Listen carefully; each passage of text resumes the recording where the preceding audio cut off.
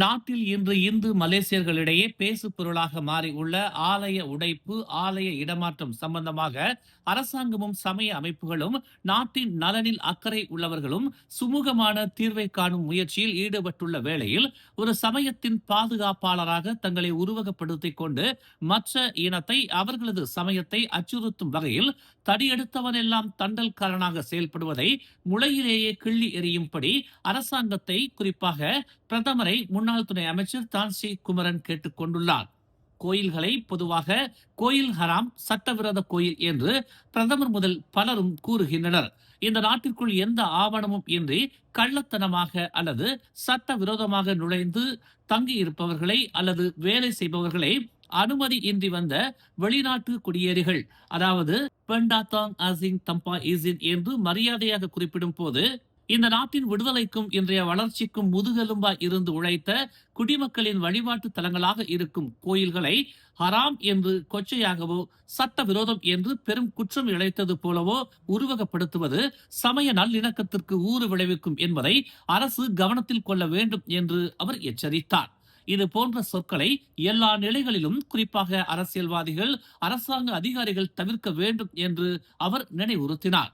புக்கிட் மெத்தாஜாம் Cool Lip ரோட்டில் மருத்துவமனைக்கு அருகில் உள்ள அருள்மிகு தேவ மருத்துவர் ஜடா முனீஸ்வரர் ஆலயத்தை உடைக்க போராட்டம் நடத்தப்போவதாக நாளிதழ்களில் வந்துள்ள செய்தி இந்து சமய மக்களிடையே அச்சத்தை ஏற்படுத்தி வருவதாக குறிப்பிட்ட அவர், இது குறித்து பினாங்கு இந்து அறப்பணி வாரிய தலைவர் RSN ராயர் போன்றவர்கள் காவல்துறையில் செய்த புகாரின் அடிப்படையில் காவல்துறை நடவடிக்கை எடுத்திருப்பதாக கூறியிருந்தாலும் தொடர் நடவடிக்கை இல்லாமல் அவற்றை கிடப்பில் போட்டுவிடக் கூடாது என்று அவர் கேட்டுக்கொண்டார்.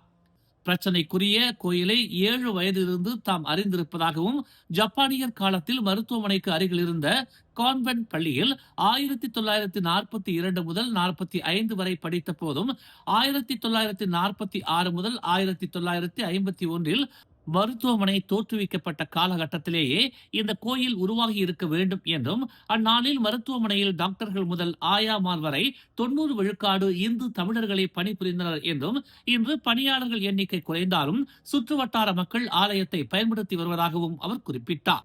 இன்றைய பிரதமர் டதஸ்ரீ அன்வார் இப்ராஹிமின் தந்தையார் டத்தோ இப்ராஹிம் முழு நேர அரசியலில் ஈடுபடுவதற்கு முன் இந்த மருத்துவமனையில் மருத்துவ உதவியாளராக பணியாற்றி 1959, 1969 சப்ரான் பிரை நாடாளுமன்ற உறுப்பினராகவும் நாடாளுமன்ற செயலாளராகவும் பணியாற்றினார். கூலிம் செல்லும் வழியில் சூரோ தெக்கோனில் உள்ள டத்தோஸ்ரீ அன்வாரின் குடும்ப வீட்டிற்கு இந்த கோயிலை கடந்துதான் ஒவ்வொரு நாளும் குடும்ப உறுப்பினர்கள் செல்ல வேண்டும் என்றும், இந்த கோயில் குறித்து டத்தோஸ்ரீ அன்வாருக்கு நன்றாக தெரிந்திருக்க வேண்டும் என்றும் அவர் கூறினார். சற்றேறக்குறைய ஒரு நூற்றாண்டு பழமையான இந்த கோயிலை ஹராம், சட்டவிரோதம் என்று கூறுவதாலோ, உடைப்பேன், தகர்ப்பேன், அகற்றுவேன் என்று கொக்கரிப்பதாலோ எந்த நன்மையும் விளையப் போவதில்லை என்று தான் சி குமரன் குறிப்பிட்டார்.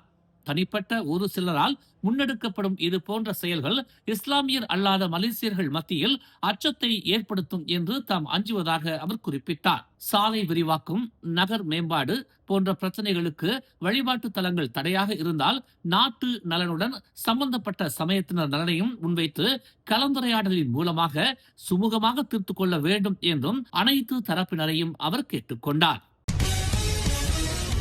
மேலும் செய்திகளை தெரிந்து கொள்ள தமிழ் மலர் இணையதளம், தமிழ் மலர் செயலி மற்றும் மலர் டிவி யூடியூப் சேனலை வலம் வாருங்கள். எங்களோடு இணைந்திருக்க மலர் டிவியை பதிவு செய்து கொள்ளுங்கள். உறவுகள் மகிழ்ந்திட விருப்பம் மற்றும் பகிர்வு சேவையை சொடுக்கிடுங்கள்.